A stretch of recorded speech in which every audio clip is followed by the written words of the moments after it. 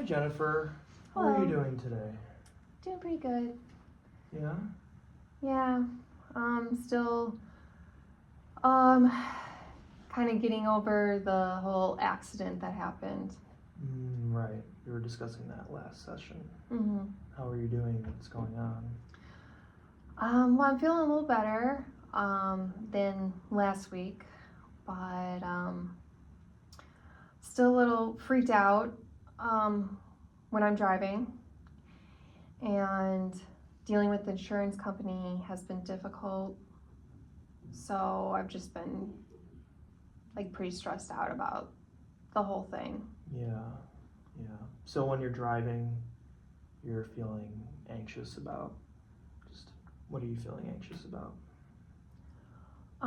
Just driving in general, and um, especially where the accident occurred. Mm-hmm. I get very nervous. Um, very anxious. And I don't even want to drive, but I have to. I have school and I have work and stuff, so that's been difficult. Um, I've even been trying to take the bus, Mm-hmm. and it's just been hard, like getting the routes down and everything. I mean, I took the bus um, in my undergrad and stuff, so I have some experience, but I don't know, things change and I forgot. And so trying to get back into that routine, it just takes longer and you're waiting longer. So I'm like late to work and stuff, but I just would rather have somebody else drive Mm-hmm. than me right now. I get too nervous. Yeah, yeah. So you're talking about a lot of how it affects your daily life and what you do every day. Mm-hmm. Emotionally, when you think of the crash and even driving, because you're telling me that you wish you didn't have to drive, but you do. Mm-hmm. What do you think? What emotions come up? What do you feel when you're about to get in your car or when you realize that you have to drive somewhere? I just don't want to. Mm-hmm. So that's why I've been trying to avoid it. Um, I'm nervous that something like this could happen again because it happened during the daytime. So even though they were under the influences during the daytime, and you think those things happen at night usually, and this was during the day, so that makes me nervous. Um, yeah, it's just been, yeah, it does affect my daily life now that you say it in those terms. Yeah. Yeah, like just things that before I was able to do, just get up and get my keys and go drive. It's a lot more thinking goes behind it. Mm-hmm. Yeah. So to me, it sounds like, you're definitely feeling some worry about having to drive, like you said, in the daytime even, because you mentioned that the driver was intoxicated and it happened in the daytime, and you said you didn't, or, you wouldn't think that that would happen, but it did. Do you feel like you're feeling any other symptoms other than worry? Yeah, nervous and numb sometimes. Um, so I guess that's why it's kind of difficult for me to even think about it because I'm trying to avoid it and just kind of push it away because it's scary. Mm-hmm. It was scary what happened. Yeah. Yeah, and I mean, I'm glad that I'm fine, like physically, but like emotionally, like I just wonder like how long it'll take for me just to get back into like my routine. Yeah, it sounds really scary, but I think the fact that you say you have to drive, but you have been driving, I think that's showing that you're pushing through that a bit. What other thoughts are coming up when you think of this? Because you mentioned that when you think of it, it scares you. Are there any particular things that you're thinking of when you think about the crash? How it happened, when it happened, what everything looked like around you? Is there anything that goes through your mind? Like, what could I have done differently?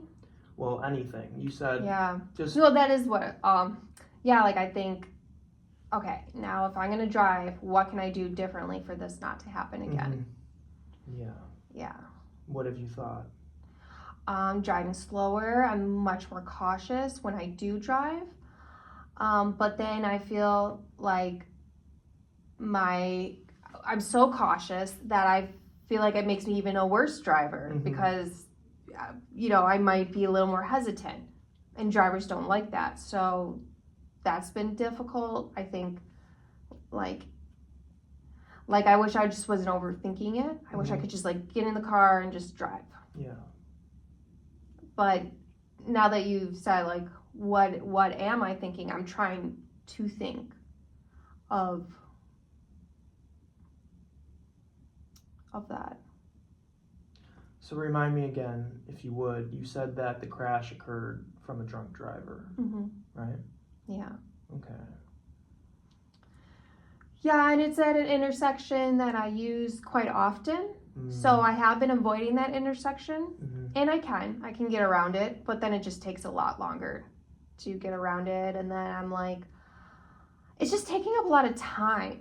Yeah. I feel like this whole thing is just taking up so much time. Like the extra time I have to take to go around that intersection, or the extra time I have to take if I do take the bus, or the extra time I'm taking trying to get getting this insurance stuff done. It's just like so much time, and it's frustrating.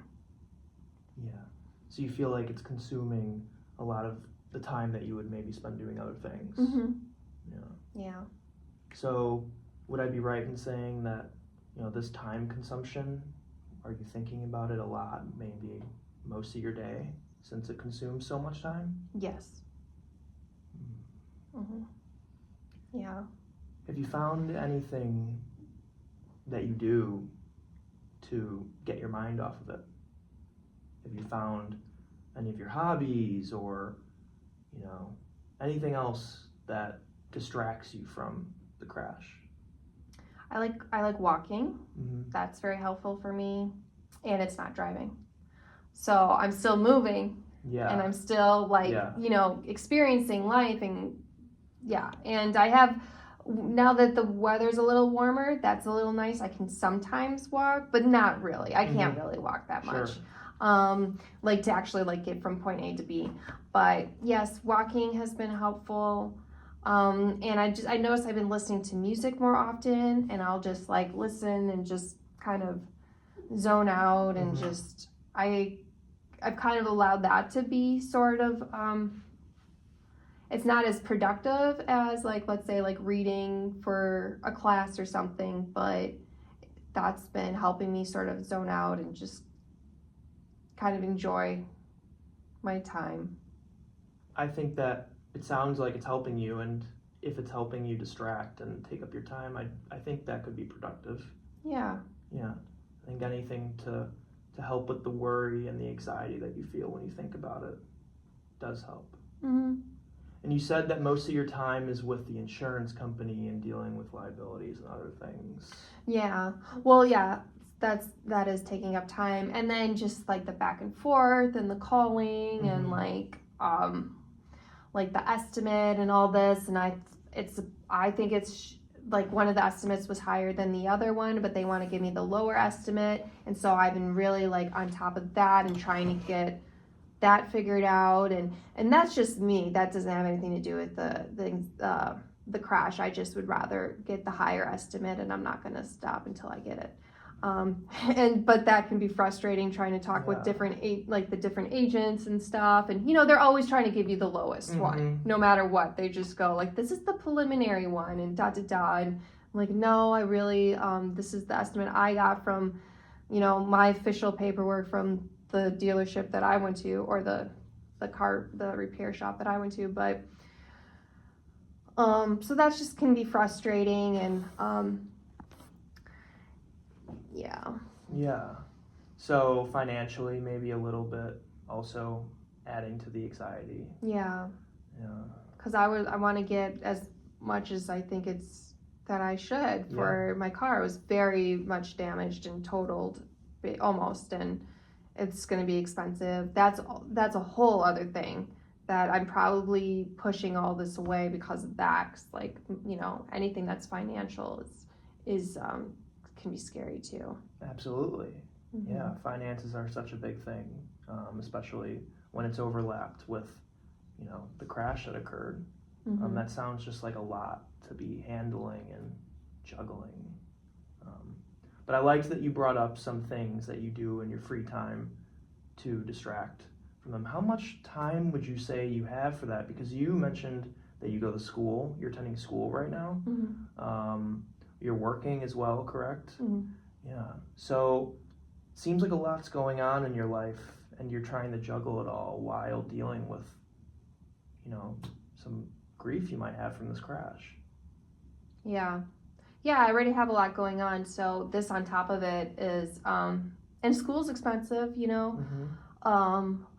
So the fact that it's financial, and then this time, the extra time is being wasted, and then like this anxiety, it's making it harder for me to concentrate in school. And then I just take time thinking about that, Mm-hmm. and it's just kind of overwhelming. Yeah. So it's been affecting your concentration in school as well. Yeah. Do you find yourself thinking about the crash while you're in school?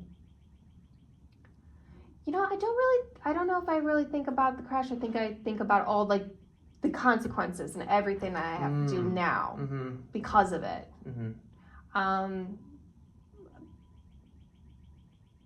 Maybe because I just don't even want to think about the crash too, Mm-hmm. because it's just too scary. Yeah.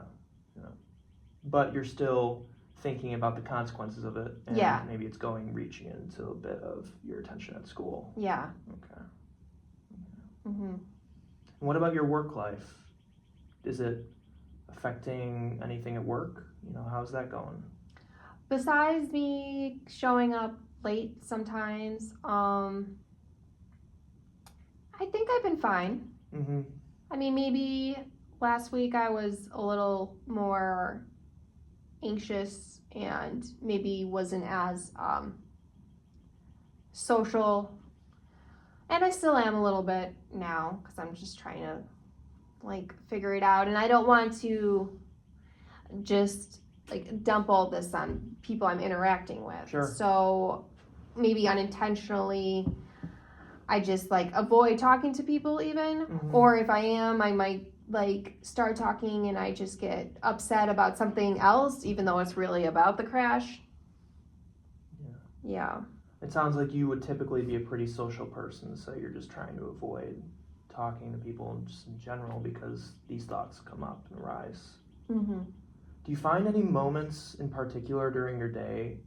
You know, you mentioned driving, and that obviously that would be a lot because you might think about what happened. But do you find any moments in your regular day, such as school, work, outside of that, maybe with family, that thoughts come up in your head about the crash or about the consequences?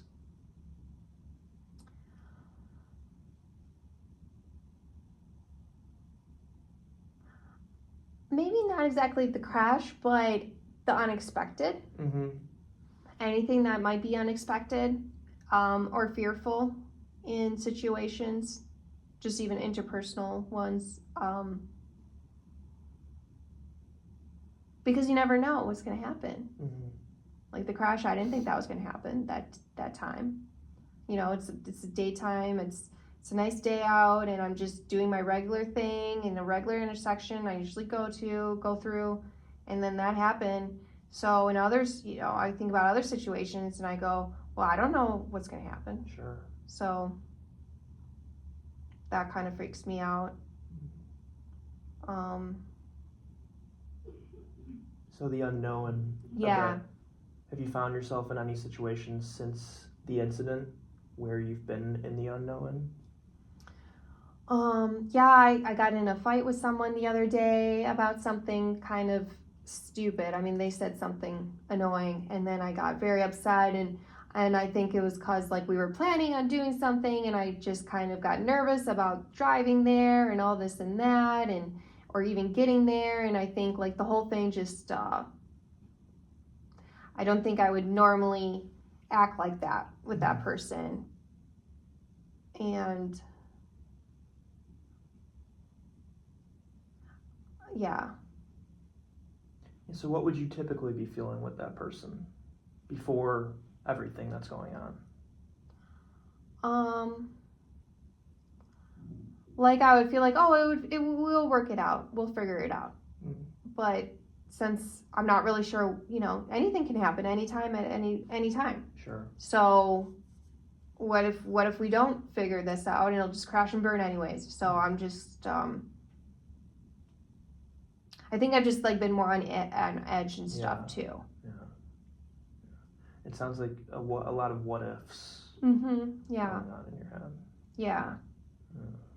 It sounds like it pertains to other things other than driving too. Mm-hmm. So, okay.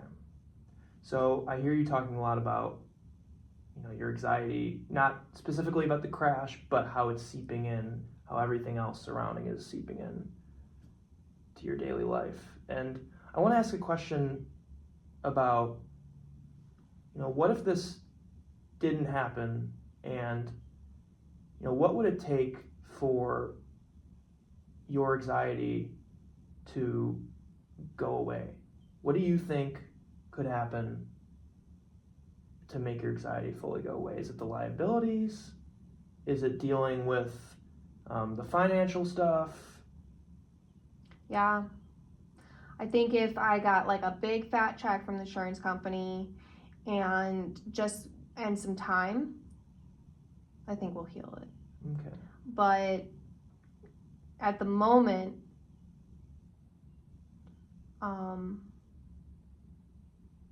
I just don't know. Mm-hmm. You just don't know. So you think money would help you? Yeah, money would help. Okay. Yeah, I think that would make me feel a little better. Sure. And just also the process and getting it over with. Sure. That alone would like take one thing off of my chest. That'd be great. So that would be very helpful. And then I think just time, because I can't think of anything else I could have done differently. Mm-hmm. So I feel like if there was something I felt like I could do differently, I would be working on that and be like, well, once I get better at this, then it'll be fine. But the fact that it just like was so random and quick, I think I just have to wait it out, which is unfortunate because like I don't want to be in it in the meantime. Mm-hmm. Yeah. So you say that money and a nice check would help. Yeah, that'd be nice. And that would kind of take everything away. But I'm still hearing that the unexpected is something that really seems to be recurring within conversation. So let's say you got this big check. Let's say you got a nice sizable check. What about the unexpected? What if you were put into a situation again where you have uncertainties? How do you think that would change? Would anything change? I think I would feel better, like everything, the world is more balanced, because look, I got completely compensated financially for everything, so everything is sort of fair and just in a way. Like mentally I'm not there, but at least I feel like the world would be fair. So I think like the next situation I would get into, the next unknown, I'd be like, okay, this is awful and I don't like this feeling, but the world is fair and I can I'll be able to get over this and this, that, and the other. Yeah. Yes. Okay. Yeah. But right now I don't really know that. So it's interesting you say fair. So you think if you got the check it would be fair? Yeah, like everything balanced out. Because I don't think it's fair that they got to drive under the influence and ruin my day and my car and my head and my brain and my mind, like in my routine, in my time. I don't think that's fair at all. Yeah. And I know that they're alive. I know that they went to the hospital. I think that they're fine now. So I understand like they have to suffer the consequences as well. It's just the situation is just kind of unfair. Yeah. It's just like it's just a lot to take on. what you're saying about the driver is a lot. You mentioned that your mind, your routine, your body, everything. Do thoughts come up about the driver? Do you think about that person at all? And because you said that they're in the hospital now. Yeah. Well, I mean, I'm glad that they're fine and alive. I'm not that bitter that I would want them like dead. It's not like they like captured me and tortured me. Sure. It's not like they intended to hit me or hit anyone. I don't think that they were on like a suicide mission or anything like that. So I do have empathy for this person. I do feel bad that their life is in a crappy situation too. I do. I feel bad.